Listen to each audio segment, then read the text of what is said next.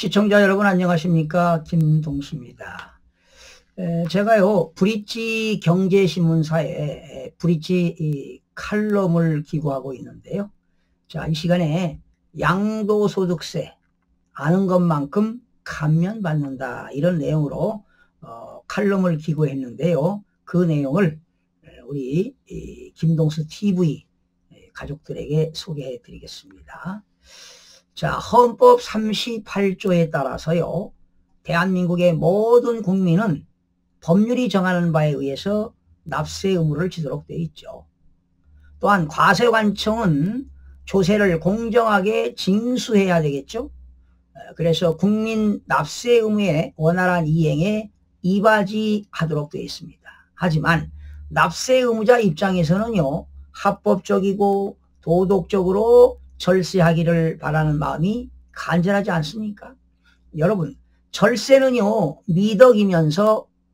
미덕이지만 탈세는 불법행위입니다. 그래서 탈세를 하면 안 되겠지만 당연히 합법적으로 절세를 하는 것이 바로 여러분들에게 경제적인 이득을 안겨다 주는 겁니다.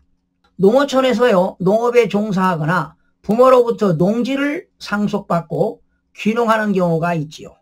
또 부득이한 사유로 소유하고 있던 농지를 양도하는 경우가 발생하게 되어 세금의 이슈가 발생하게 되는데요.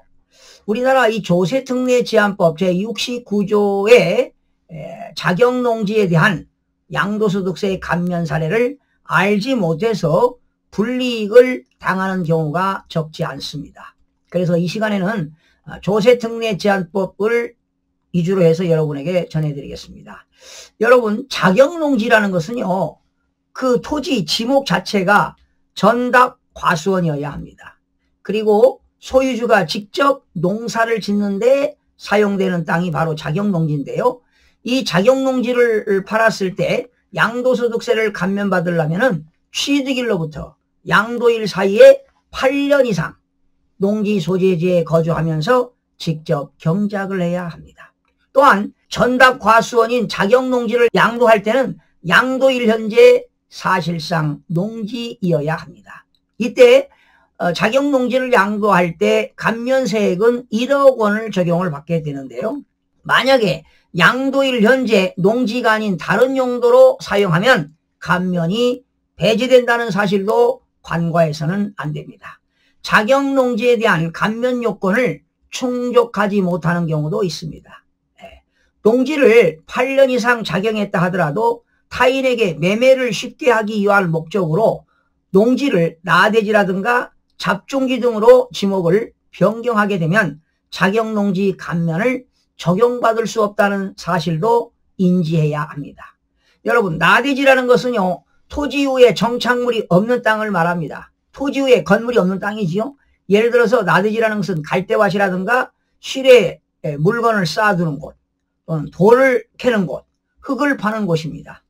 또한 야외시장 및 공동우물, 변전소라든가 송신소, 수신소 및 송유시설 등의 부지, 그리고 자동차 운전학원 및 폐차장 등 자동차와 관련된 독립적인 시설물을 갖춘 부지, 또 공항시설 및 항공시설 부지, 도축장, 쓰레기 처리장 및 오물 처리장 등의 부지도 이에 해당합니다. 즉 잡종지로 보는 것이지요.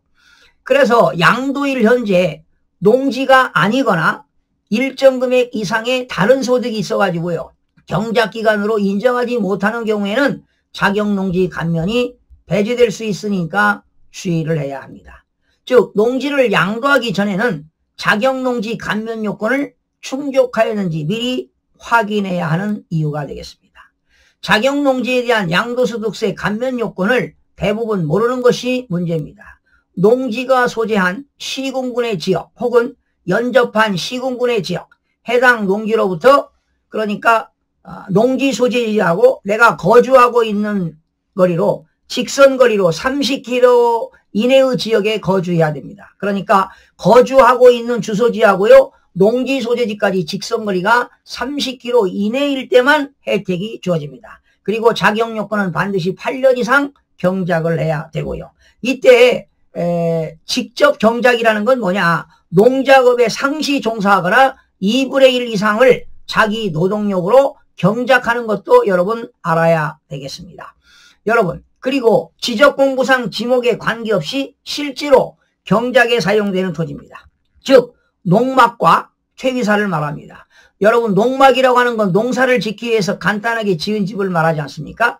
양수장이라든가 취소라든가 농로, 농도라고 하는 건 농길을 말합니다. 수로라는 건 물이 흘러가는 길을 말하죠. 이런 것들도 다 포함돼 가지고 농지 포함되는데, 이러한 농지 요건도 미리 확인해 둘 필요가 있습니다. 농지 해당 여부 판정 기준일도 양도일 현재 사실상 농지여야 한다는 거 꼭 기억하시기 바랍니다. 자, 그러면 자격농지에 대한 감면 한도액은 얼마냐? 당해년도 그 해만 1억 원이고요. 5개 과세기간입니다. 5년 동안에 일부 농지를 팔았을 때 2억 원까지 한도를 감면해 줍니다. 2억 원까지 감면을 해줍니다. 그리고 8년 이상 경작기간을 계산할 때는 8년 동안 경작을 하는데 다른 소득이 있으면 경작기간에서 빠집니다.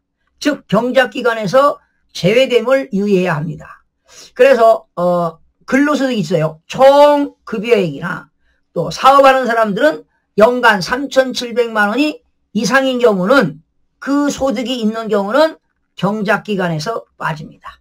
그러나 이때도 총 급여액이나 사업소득이 3,700만 원 이상인 경우지만 농업이라든가 임업이라든가 부동산 임대업, 농가 부업소득은 제외된다는 것도 참고로 알아두시면 불이익을 면할 수가 있습니다.